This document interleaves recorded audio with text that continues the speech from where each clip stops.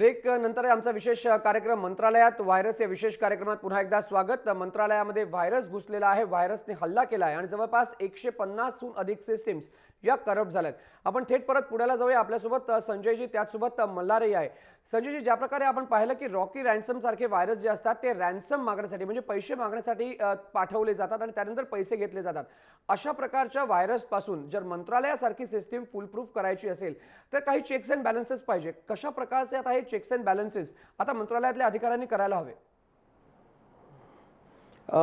साधारण कसं आहे, मंत्रालयात हे कम्प्युटर नेटवर्क आहे, तर नेटवर्क सिक्युरिटी कंप्लीट नेटवर्क सिक्युरिटीसाठी ऑप्ट करायला लागेल। जसे की तुम्हाला सेंट्रली इम्प्लिमेंटेड सिक्युरिटी पाहिजे, ज्याचा कंट्रोल पूर्ण सिस्टम सिक्युरिटी ॲडमिनिस्ट्रेटरच्याकडे पाहिजे। त्याला प्रत्येक मशीनवर काय चाललंय, काय होतंय हे सगळं त्या सेंट्रल कन्सोलवर दिसतं। असल्या प्रकारची सिक्युरिटी लागेल। त्याचबरोबर गेटवे सिक्युरिटी इन्स्टॉल करायला पाहिजे, ज्याच्याने तुम्ही मेल फिल्टर करू शकता। अँटी स्पॅम सारखे स्पॅमिंग, फिशिंग ॲज वेल एज व्हायरस मेल्स त्या गेटवे लेवललाच फिल्टर व्हायला पाहिजेत। आणि भरपूर स्ट्रिक्ट रूल्स आणले पाहिजेत, जसं की free emails, private emails allowed नाही पाहिजे नेटवर्कमध्ये। ह्याच्यासाठी सुद्धा टेक्नॉलॉजिकल सोल्युशन्स आहेत, जे तुम्ही सर्व्हर लेवलला ब्लॉक केलं तर कुठल्याही एम्प्लॉय किंवा मेंबरनी तिथे ॲक्सेस करायचा प्रयत्न केला तरी ते होणार नाहीत, असं करता येतं। आणि म्हणजे जेवढे पण सिक्युरिटी पॉलिसीज हे खूप स्ट्रिक्टली फॉलो करायला लागतील। बाहेरचे पेन ड्राईव्ह अलाव न करणे नेटवर्कमध्ये। आणि ह्या सगळ्याच्या व्यतिरिक्त म्हणजे एक सिक्युरिटी ॲडमिनिस्ट्रेटर, ज्याला ह्या फायरवॉल कॉन्फिगरेशनपासून गेटवे कॉन्फिगरेशनपासून सगळं समजतं, असा तिथे एक व्यक्ती पाहिजे, ज्याने तो पूर्ण कंट्रोल घेतला पाहिजे। पण मला असं आणखीन एक महत्त्वाचा प्रश्न मला तुम्हाला विचारायचा आहे की मंत्रालयासारख्या इन्स्टिट्यूशनमध्ये जर अशा प्रकारचा व्हायरस आला, त्याच्यानंतर हा व्हायरस पसरला, 150 सिस्टीममध्ये हा व्हायरस जाईपर्यंत अधिकाऱ्यांना कळलंच नाही की हा व्हायरस जो आहे तो काय करू शकतो। कुठेतरी असं वाटतं की थोडासा उशीर झाला या व्हायरसचा इम्पॅक्ट असेस करायला, म्हणून ही हानी जी आहे ती किंवा फाईल ज्या करप्ट झाल्यात ते आपल्याला पाहायला मिळत आहेत। हो, म्हणजे वॉर्निंग्स अगदी ऑपरेटिंग सिस्टमपासून वॉर्निंग्स येत असतात। जर लक्ष नाही दिलं तर तो पसरू शकतो, किंवा इनकम्प्लिटली प्रोटेक्टेड मशीन्स असतील, अँटीव्हायरस असेल पण ते अपडेटेड नसेल, ऑपरेटिंग सिस्टमचे पॅचेस लावले नसतील, तर ह्या सगळ्या गोष्टी होतात। आणि व्हायरसला वेळ नाही लागत। नेटवर्कमध्ये तो एका मशीनवर आला तर विदिन 5 मिनिट्स तुमचं अख्खं नेटवर्क इन्फेक्ट होऊ शकतं। 5 मिनिटं सुद्धा लागत नाहीत इन्फेक्ट व्हायला। बरोबर। मल्हार, ज्या प्रकारे आपण मगाशी मुद्दा चर्चा करत होतो की एखाद्या ठेकेदाराने असा प्रयत्न केला की काही इम्पॉर्टंट फाईल्स जे आहेत ती मी घरात बसून ॲक्सेस करायचा, तर मग या सगळ्या गोष्टीला जे आहे ते फायदा काय राहिला? ई टेंडरिंग सरकार करण्याचा प्रयत्न करते, मात्र जर तुमची सिस्टीम फुल प्रूफ नसेल तर तुम्ही त्या ई टेंडरिंगचा तुम्ही कशा प्रकारे जो आहे तो फायदा म्हणजे पोहोचवणार आहात? कारण ई टेंडरिंग तुम्ही जरी केलं तर सिस्टीम फुल प्रूफ नसेल तर कोणीही ती फाईल ॲक्सेस करू शकतो आणि अगदी घरात बसून फाईल ॲक्सेस होऊ शकते।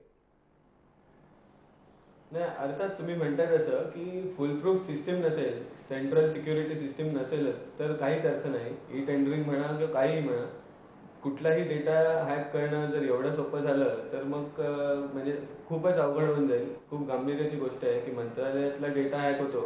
आणि जसं तुम्ही प्रश्न केला की 150 कम्प्युटर्स, 150, माझा अंदाज आहे की 150 पेक्षा जास्तही होऊ शकतात। हा एक आकडा फक्त फ्लोट केला जातोय। जर एवढे दिवस एवढा वेळ गेला असेल तर रॉकी रॅन्समवेअर हा जगामधल्या अनेक देशांमध्ये अनेक कम्प्युटर्सला दिवसाला लाखो कम्प्युटर्स डॅमेज करणारा रॅन्समवेअर आहे। तर मला वाटत नाही की तो मंत्रालयामध्ये 150 पर्यंतच थांबला असावा। मंत्रालयामध्ये काहीतरी 5,500 5,000 कम्प्युटर्स असतील तर ते सगळेचे सगळे बचावले असतील 150 सोडून, असं वाटत नाही। खूप डेंजरस आहे। खूप डेंजरस आहे। संजय सर, मी तुमच्याकडे येतो। ज्या प्रकारे आता ही घटना घडलेली आहे, कुठेतरी तुम्हाला असं वाटतं की या संपूर्ण घटनेनंतर आता मंत्रालयामधले बसलेले सिनियर अधिकारी किंवा जे वरिष्ठ अधिकारी आहेत त्यांनी ही गोष्ट गांभीर्याने घ्यावी? कारण लॉकी रॅन्समवेअर हा व्हायरस जो आहे तो गेले कित्येक वर्ष आपल्याकडे आहे, म्हणजे पाश्चात्य देशांमध्ये असू दे, काही ठिकाणी भारतातही असेल।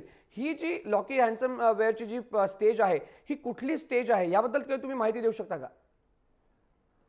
हा, लॉकी रॅन्समवेअर फक्त पाश्चात्य नाही तर भारतामध्ये गेले जवळजवळ वर्ष झालं त्याचा प्रादुर्भाव जोरात चालू आहे। जवळजवळ महिन्याला 3.5 रफली 30 लाख महिन्याला त्याचे इन्फेक्शन्स दिसतात आम्हाला आमच्या डेटावरती। आणि त्याचं एव्हरी मंथ त्याचं नवीन व्हर्जन येत आहे, जो की प्रत्येक अँटीव्हायरस वेंडरनी त्याचं सोल्युशन काढलं, डिटेक्शन काढलं, त्याला ब्लॉक करायला लागलं, इमिडिएटली त्याचा अपडेटेड व्हर्जन येतं आणि तो नवीन प्रकारे परत इन्फेक्शन सुरू करतो।